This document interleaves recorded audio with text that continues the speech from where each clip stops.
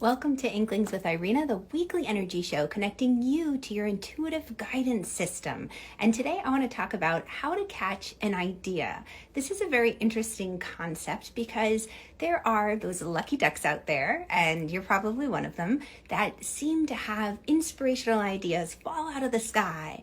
And maybe there are days where they seem to dry up those ideas and it can be frustrating.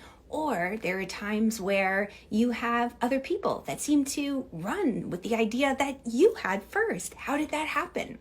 Well, this is what I want to talk about today. If we haven't met, my name is Irena Miller. I'm an intuitive energy coach, and I have been guiding women for over 20 years in the methods and steps and practices to put into action in order to tune in, grab those great ideas, and bring them into being. Be first to market, so to speak. So today, how to catch an idea.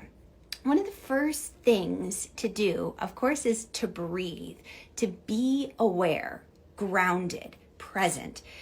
What often happens is we'll have a flash, a little moment of inspiration, and we'll get caught up in the tumble of to-dos. Life keeps going, and we just think to ourselves, okay, I got to just keep rushing. I'll remember this idea later.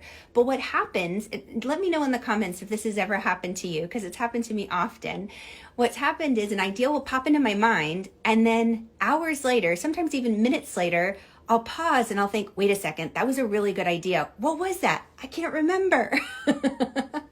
So being grounded and present and aware is going to help us in those moments when we have that flash of inspiration. Now, part of that being grounded and aware is also making sure we don't have a whole bunch of ideas in our space, crowding us out from seeing and hearing what's going on around us. So there's a practice that I love sharing that essentially flushes out all of the things in your system, more in your energetic system, but it can encourage other things to flush out that aren't serving your highest. So the first step is to really be present, aware, grounded. The second thing is to clear a slate where you can release those distractions. And then finally, it's about being a clear channel and actively tuning in. And a little bonus tip here is being able to read the signs as they come. So what I mean by being a clear channel is as these ideas come to us and they come into our being, we might have old memories or triggers, or sometimes people say karma that comes up and say, oh, I'm not naturally gifted at songwriting. Why should I be the one who writes the song, Or, ooh, this is a brand new field for me. I don't know if I'm ready for this career or position. I don't have that experience yet. Would they even consider hiring me? So we talk ourselves out of the idea before it even has a chance to come through us and take action on it. So that's what I mean by being a clear channel. So when you ground in your present, and you can imagine that just roots coming from your feet down into the earth, when you flush everything out of your system, you can imagine like flushing like a toilet, just flush down any of the distractions, other people's emotions, energies, whatever's not serving your highest. And when you tune in to be the clear channel so that you're aware of, wait a second, as this idea comes through, am I already saying it's impossible before I even began the task? Or am I willing to listen? And then finally, that aspect about reading the symbols, because sometimes we might discount an idea or inspiration because we think it's just too out there.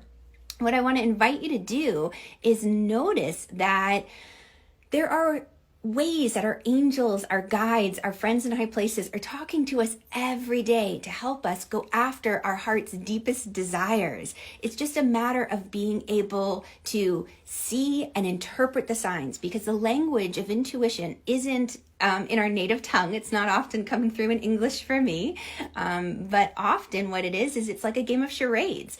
I was working with a client just the other day, and I saw like this rectangle being drawn around her head.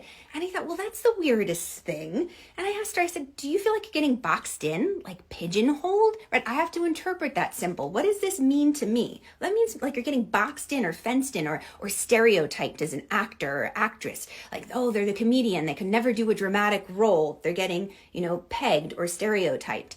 And she just simply broke down because, yes, she had felt like she was getting boxed in the type of career she was career path she's on, she wants to switch. But when she puts herself out there on LinkedIn, her big concern right now is, will people be able to see me as anything other than what I've been doing? So that's what we're working on together right now, and I'm very excited about that. But you'll notice these signs and symbols, they come through. So this is what I do. I teach my clients how to interpret these symbols, to speak the language of intuition, and how to catch those ideas and make them theirs. Because here's the thing, if you don't grab that idea out of the sky, someone else will. And then that's when you're like, wait a second, that was my idea. And the universe says, well, did you bring it into being because it really wanted to be born and you weren't quite ready yet? So we give it to the next person who was ready.